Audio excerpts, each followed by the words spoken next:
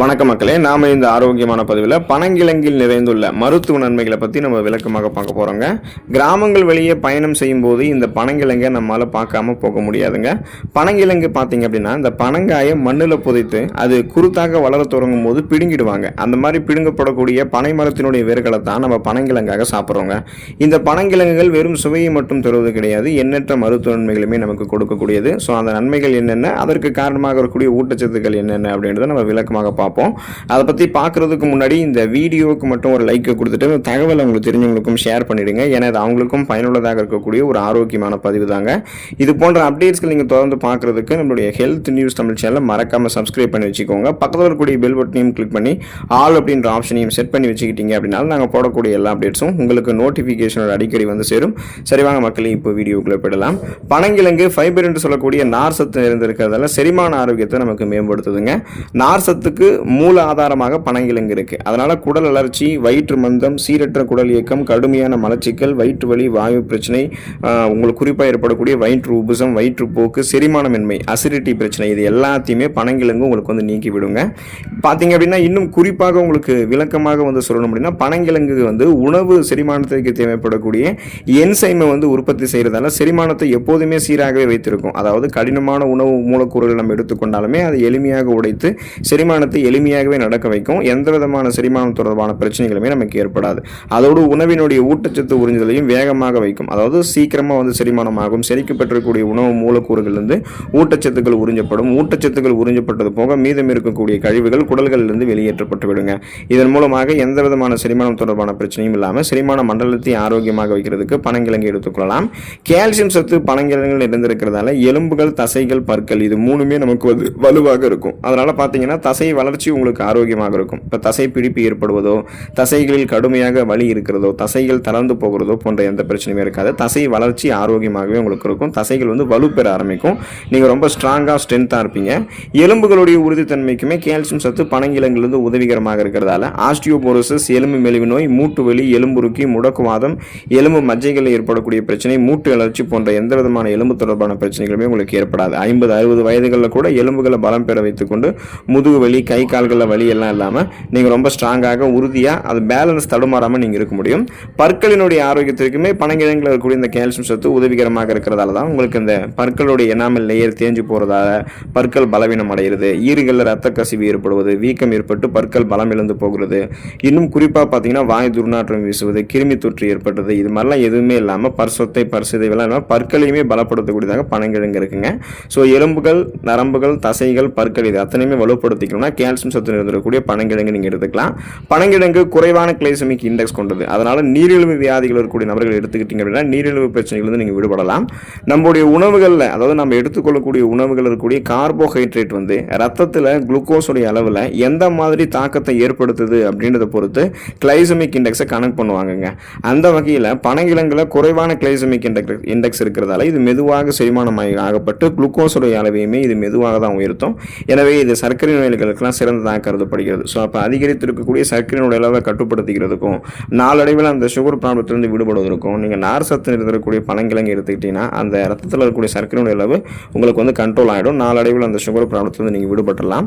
இப்போ ஒருவேளை உங்களுக்கு வந்து சுகர் ப்ராப்ளம் இப்போ கிடையாது, வருங்காலத்தில் ஃபியூச்சர்லையும் வராமல் நீங்கள் ஆரோக்கியமாக இருக்குன்னு நினைச்சிங்கன்னா இப்போ இருந்தே நீங்கள் பனங்கிழங்கு வந்து எடுத்துக்கொள்ளலாங்க. ரத்த ஓட்டத்தை அதிகரிக்கக்கூடியதுங்க பனங்கிழங்கு. இதனால அனிமியா என்று சொல்லக்கூடிய ரத்த சோகை நோய் கூட உங்களுக்கு குணப்படுத்தி மீண்டும் வராமல் தடுக்கப்படும். இப்போ ரத்த சோகை இருக்குங்க இல்லையா, இந்த நோய் எதனால் ஏற்படுதுன்னு பார்த்தீங்கன்னா இரும்புச்சத்து குறைபாடு உங்களுக்கு ஏற்படும் போது வரும். ஸோ இரும்புச்சத்து குறைஞ்சது அப்படின்னா ரத்த சிகப்பு அணுக்கள் உங்களுக்கு வந்து குறையும். ரத்த சிகப்பு அணுக்கள் குறையும் போது அதில் இருக்கக்கூடிய ரத்த புரதமான ஹீமோகுளோபினுடைய எண்ணிக்கையும் குறையும். இப்போ ஹீமோகுளோபின் தான் நம்முடைய உடல் உறுப்புகள் இருக்கக்கூடிய அனைத்து பாகங்களுக்கும் ஆக்சிஜனை சப்ளை பண்ணுது. அதனால தான் நம்ம சுறுசுறுப்பாக இயங்குறோம். ரத்த ஓட்டமெல்லாம் நமக்கு வந்து சீராக கிடைக்கும். இப்போ அந்த மாதிரி ஹீமோகுளோபினுடைய கவுண்டே குறையும் போது ஆக்சிஜன் சப்ளை வந்து தட்டுப்பாடு ஏற்படுவதால ரத்த சோகை நோய்களுக்கான அறிகுறிகள்லாம் தென்படும். என்னென்ன அறிகுறிகள் தென்படும்னா மயக்கம், தலைவலி, குமட்டல், வாந்தி, உடல் சோர்வு, உடல் பலவீனம், கடுமையாக உடல் வந்து வலிக்கிறது, அதீத கவனமின்மை, கவனச்சிதறல், இந்த அறிகுறி எல்லாமே நமக்கு வந்து இருக்குங்க. ஸோ இதை நீக்கணும்னா இரும்புச்சத்து பற்றாக்குறையை நம்ம வந்து சரி பண்ணணும் இல்லையா. அப்போ வளமான அளவில் இரும்புச்சத்து இருக்கக்கூடிய பனங்கிழங்கு எடுத்துக்கிட்டீங்கன்னா இரும்புச்சத்து உங்களுக்கு பூர்த்தி செய்யப்படும். இரும்புச்சத்து கிடைச்சதால ரத்த சிகப்பணுக்கள் அதிகரிக்கப்பட்டு ரத்த புரதமான ஹீமோகுளோபினுடைய எண்ணிக்கையும் அதிகரிக்கப்பட்டு ரத்த சோகை நோய்களுக்கான அறிகுறிகள்லாம் உங்களுக்கு வந்து சீராயிடும். அதனால உடலினுடைய ரத்த ஓட்டம் சீராக இருக்கும். இதனால உறுப்புகளுக்கு தேவையான ஆக்சிஜன் சப்ளைவும் கிடைக்கிறதால நீங்க ஆரோக்கியமாக சுறுசுறுப்பாக இயங்க ஆரம்பிப்பீங்க. உங்களுடைய உடல் எடையை எந்த விதமான பக்க விளைவுகளும் இல்லாமல் ஆரோக்கியமான முறையில் நீங்கள் குறைத்துக் கொள்ளணும், அதுக்கான ஒரு எனர்ஜி ஃபுட்டை வந்து தேடிக்கிட்டு இருக்கீங்க, வெயிட் லாஸ் பண்ணுறதுக்கான ஒரு ஃபுட்டை தேடிக்கிட்டு இருக்கீங்கன்னா நீங்கள் பனங்கிழங்கு எடுத்துக்கலாம். ஏன்னா நம்ம வந்து உடல் எடையை குறைக்கணும் அப்படின்னாலே நம்ம எடுத்துக்கொள்ளக்கூடிய உணவுகள் எல்லாம் அதிக கலோரிகள் நிறைந்திருக்கக்கூடிய உணவுகளாக இருக்கக்கூடாது. அப்படி நம்ம அதிக கலோரிகள் நிறைந்திருக்கக்கூடிய உணவுகளை எடுத்துக்கொண்டோம் அப்படின்னா உடல் எடை இன்னும் அதிகப்படுத்தப்படுமே தவிர குறையாது. அப்போது ஒரு சில உணவுகள் மட்டும்தான் அதிக ஊட்டச்சத்தும் இருக்கும், குறைவான கலோரியும் கொண்டு இருக்கும். அந்த வகையில் பனங்கிழங்கு மிகச்சிறந்த உணவாக இருக்கு.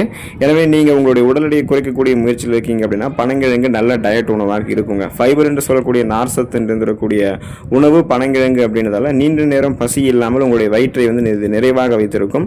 இதனால தேவையற்ற கிரேவிகளை எல்லாம் நீங்கள் வந்து சாப்பிடாம தவிர்க்க முடியும். அப்போ உடல் எடை இன்னும் அதிகப்படுத்தப்படாமல் அதை முதல்ல ஸ்டாப் பண்ணிடுவீங்க. பனங்கிழங்கில் இருக்கக்கூடிய நார்சத்து அமினோ அமிலங்கள் ஏற்கனவே உங்களுடைய உடலில் தேங்கிருக்கக்கூடிய அதிகப்படியான கொழுப்புகளை கரைத்து உங்களுக்கு வேண்டிய ஆற்றலாக மாற்றி கொடுக்குங்க.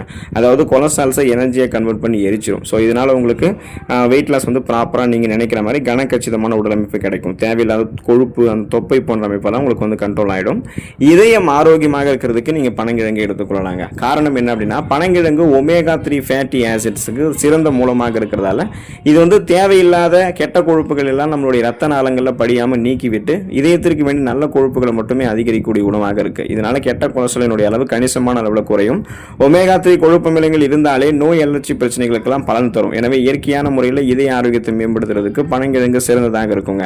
பொட்டாசியம் தேவையுமே பனங்கிழங்கு பூர்த்தி செய்வதால உங்களுடைய அந்த ரத்த நாளங்களில் ஏற்படக்கூடிய அடைப்பு அதையுமே உங்களுக்கு வந்து சரி பண்ணிட்டு அதில் இருக்கக்கூடிய இறுக்கங்கள் எல்லாம் தளர்த்தி போதுமான அளவுக்கு ரத்த ஓட்டம் பாயப்படுவதை உறுதி செய்யுது. ஸோ இதனால ரத்த ஓட்டம் போதுமான அளவுக்கு கொலஸ்ட்ரால் பிரச்சனையும் பிபி பிரச்சனையுமே இல்லாமல் இதயத்தை கிடைக்கிறதால இதயத்தினுடைய செயல்பாடு சிறப்பாக இருக்கும். மாரடைப்பு, பக்கவாதம், இதய தமனிகளில் வீக்கம் ஏற்படுதல், இதய தசைகள் வலுவிழந்து போதல் போன்ற எந்த விதமான பக்க விளைவுகளும் உங்களுக்கு ஏற்படாமல் நீங்கள் நலமோடு இதயத்தை பராமரிக்கிறதுக்கு எல்லாமே பனங்கிழங்கு உங்களுக்கு உதவிகரமாக இருக்கும்.